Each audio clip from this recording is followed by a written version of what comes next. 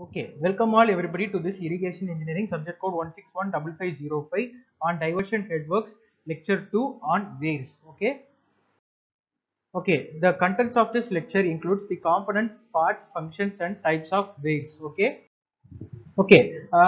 are going to discuss about weirs and their components and their types.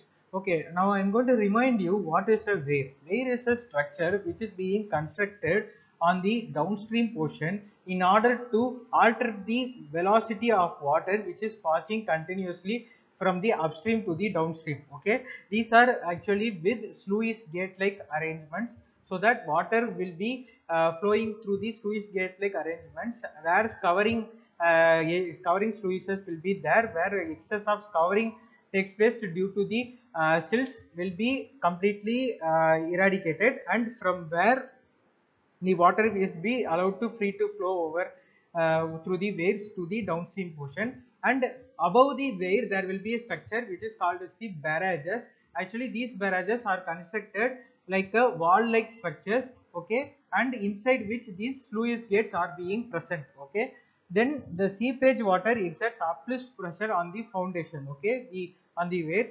To counterbalance this uplift force, necessary measures should be taken. Okay, so what is the streamline? The path along which the subsurface water flows through the soil indicates the streamline. Okay, you may ask what is a streamline is. I am going to explain you it again.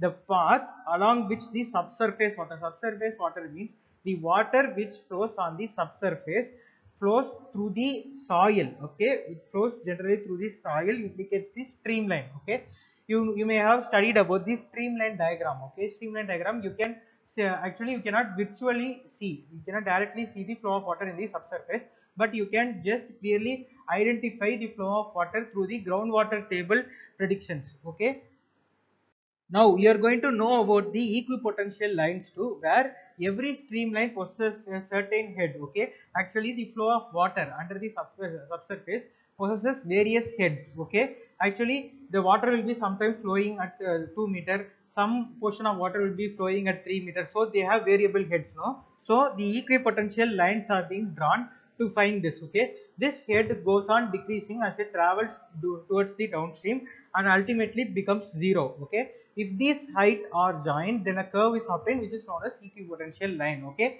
yeah, okay, you may have heard about the equipotential line in like soil related studies. Okay, in which the line which will be like top, in the top it will be like big and big. Okay, and in the when it comes declining, it will start to decrease. Okay, the line's length will start to decrease. It shows that due to the movement of the water towards the downstream, it ultimately becomes zero. Okay, when it travels the downstream. Okay, so this line is known as the equipotential line, the representing line. Okay, okay, in this diagram you can see how the equipotential line actually looks like. You can see two U-shaped, that is inverted U-shaped formations. These are the equipotential lines, and the lines which are present up above is the streamlines. Actually this indicates the flow of water under the subsurface. Okay, understand that clearly. Okay, next we are going to see about the exit gradient. Actually, the seepage water exerts a force at each point while it's flowing continuously through its direction.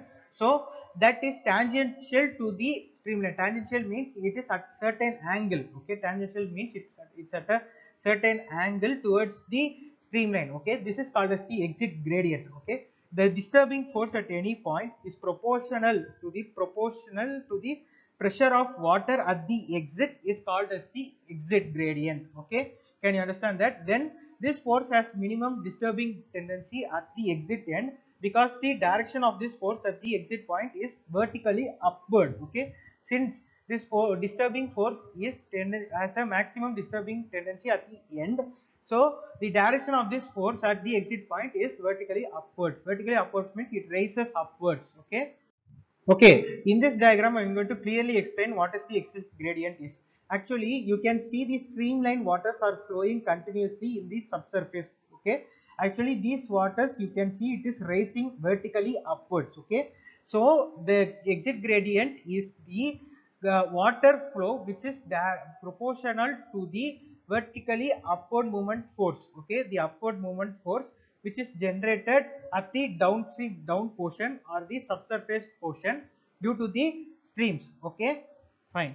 Okay, now I am going to teach you about the exit gradients, how it is being derived. Okay, the submerged unit weight, Ws of a unit volume of soil is Ws equal to gamma W, which is the unit weight of water, and into 1 minus N is the porosity, and G is the specific gravity of the soil here. Okay, this is an important formula, and we are going to do the derivation for this exit gradient condition. Okay, for critical conditions, F is equal to Ws. Okay, F, the force, is equal to Ws, where upward distributing force is F. Okay, so dp divided by dl is the differentiation. We are going to do the differentiation for the Ws. Okay, Ws, you know what it is, gamma W into 1 minus N into G minus N. Okay, we are going to do differentiation. Okay, here dH divided by dl, and here gamma W are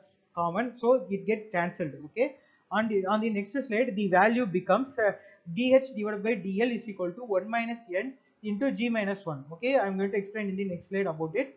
Okay, now you can see dH divided by dl, that is the critical condition force. dH divided by dl is supposed to be equal to 1 minus N into G minus 1, as I have said in the previous slide. And for most rivers, and G is equal to 2.65 and N is equal to 0.4. This is an important derivation, and this is an important constant. Please make a note of it.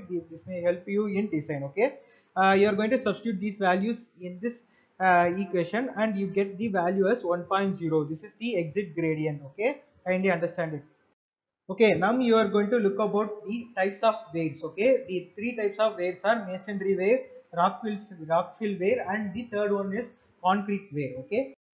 Okay, now we are going to see about masonry ware. Actually, the name specifies masonry. Okay, these masonry wares are generally constructed by brick masonry or stone masonry. Okay, the masonry ware is constructed over an impervious floor. Okay, only on impervious floor. Cut-off walls are provided at both sides of the floor. Okay, cut-off walls are generally walls which are which separates the stream into two or three portions. Okay, actually, then sheet piles are provided below cut-off walls. Okay, then the crust shutter are provided to raise the water level if required. Crust shutter means the shutter which is present on the top portion or the crust portion of the masonry ware. Okay, then the shutters are dropped down during flood. Okay, whenever flood is happening, the shutters are being dropped down. Okay.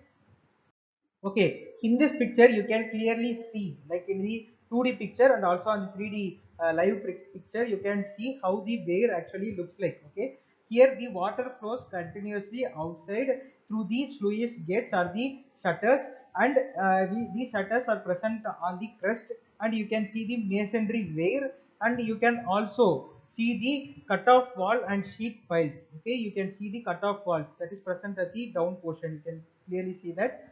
Okay. Okay, now we are going to see about the rock fill ware. Okay, it consists of masonry wall which is provided with adjustable crest shutters, which is similar to the previous example also, where we are having the same crest shutters. Okay, the upstream rock fill is constructed with boulders. Okay, since it's a rock fill ware, actually the boulders are being used.